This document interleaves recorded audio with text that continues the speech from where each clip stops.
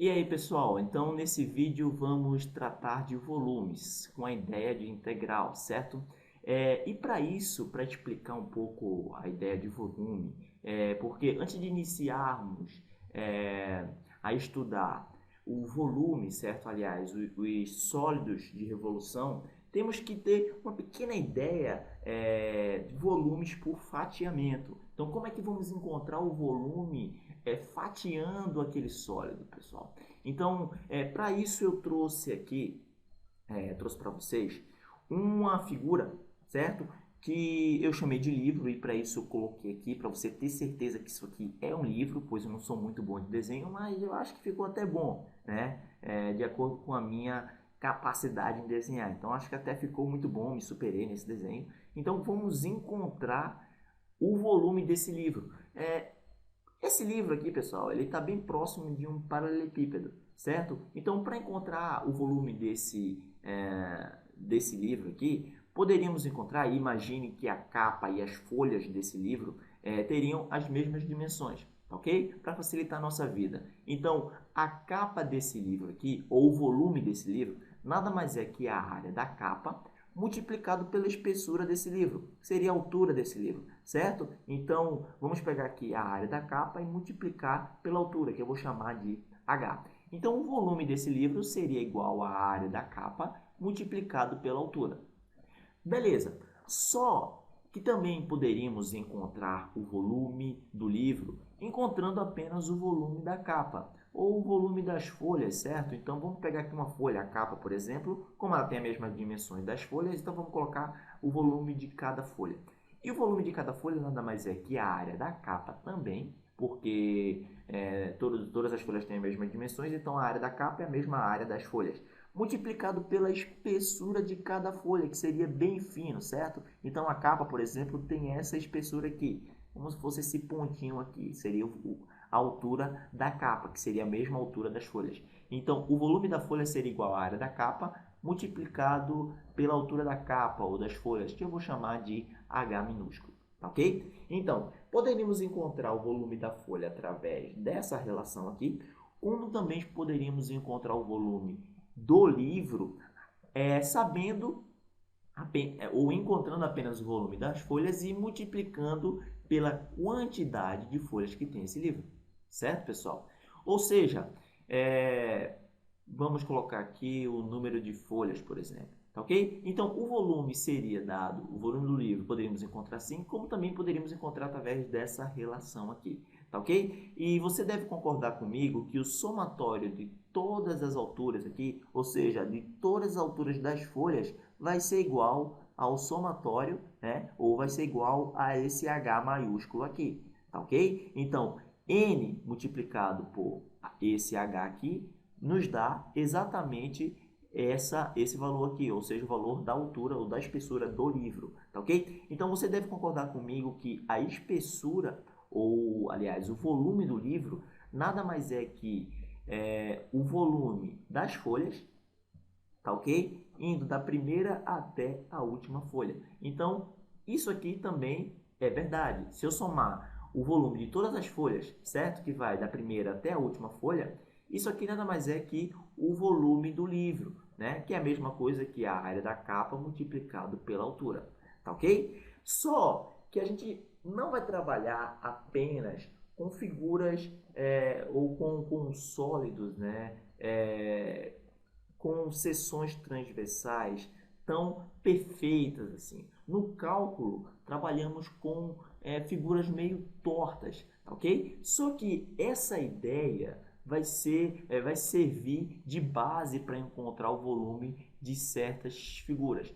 Por exemplo, vamos colocar aqui uma figura bem torta, ok? Vou colocar aqui uma figurinha, vamos imaginar aqui uma figura que seja bem torta para entendermos um pouco a ideia, né, do cálculo, do volume pelo cálculo. Então, como eu falei, eu sou meio ruim, então como eu estou fazendo aqui sem ter o tempo devido para fazer a figura, certo? Então vai sair bem torto mesmo. Então, vamos colocar aqui também essas dimensões seriam tortas, tá ok? Então vamos colocar aqui uma figura bem torta. Então, Poderíamos também encontrar o volume dessa figura, pessoal, fatiando ela. Se quiséssemos, por exemplo, encontrar o volume dessa figura, o que poderíamos fazer? Como ela não é tão perfeita, né? Se as suas seções não são tão congruentes como o do livro, né, que fizemos posteriormente, como do livro, poderíamos encontrar o volume apenas de uma de suas folhas e multiplicava por todas. Só que você deve perceber que as dimensões nessa parte aqui, né, desse sólido, é diferente dessa parte aqui, pois as dimensões são um pouco maiores. Só que poderemos, então, encontrar o volume utilizando a soma de Riemann, certo? Pois é de extrema importância a soma de Riemann nesse estudo, porque você deve lembrar que quando estudávamos curvas e queríamos encontrar a área de uma curva, né, em determinado intervalo, pegávamos aqui pequenos retângulos nessa curva, certo? Pegávamos pequenos retângulos e achávamos a área desses pequenos retângulos e somávamos as áreas desses retângulos para encontrar a área dessa figura. Vamos fazer a mesma maneira, vamos encontrar pela mesma ideia da soma de Riemann, certo? Então vamos utilizar o mesmo artifício.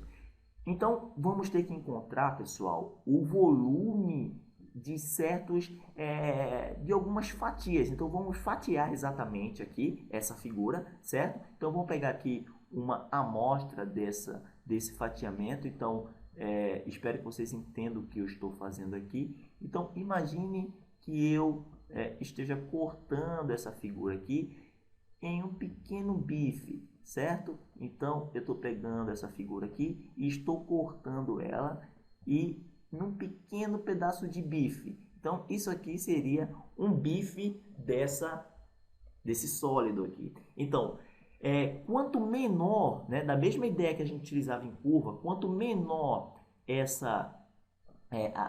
no caso aqui, a largura desse retângulo, né, quanto menor, mais reto seria, né, utilizando a ideia de limite também, mais reto eu deixaria essa curva. Eu transformaria retas ou curvas em retas, certo? Então, a mesma maneira aqui, eu vou ter que deixar no caso aqui, a altura desse bife aqui, né, a espessura desse bife muito fina, porque quanto mais fino, pessoal, melhor, né? Mais reto eu deixarei essa parte de cima desse bife, tá ok? Então, se pegássemos então todos esses pequenos bifes que eu fatiei aqui e somássemos o volume deles, eu poderia encontrar o volume de toda a região aqui, certo? Que vai de um intervalo a outro. E como é que eu posso fazer isso? Então, vamos utilizar a mesma ideia da soma de Riemann, pessoal. Vamos encontrar a integral, certo?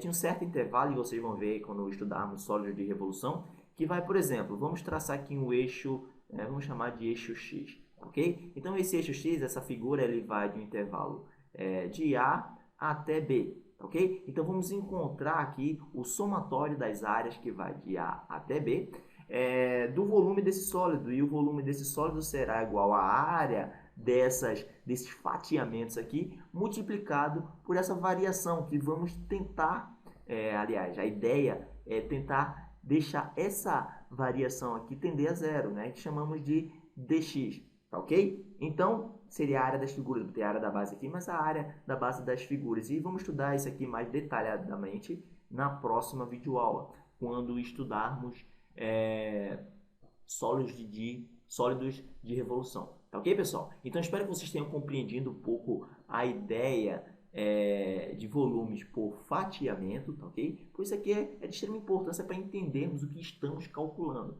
tá beleza? Então, espero vocês na próxima aula. Muito obrigado e até mais.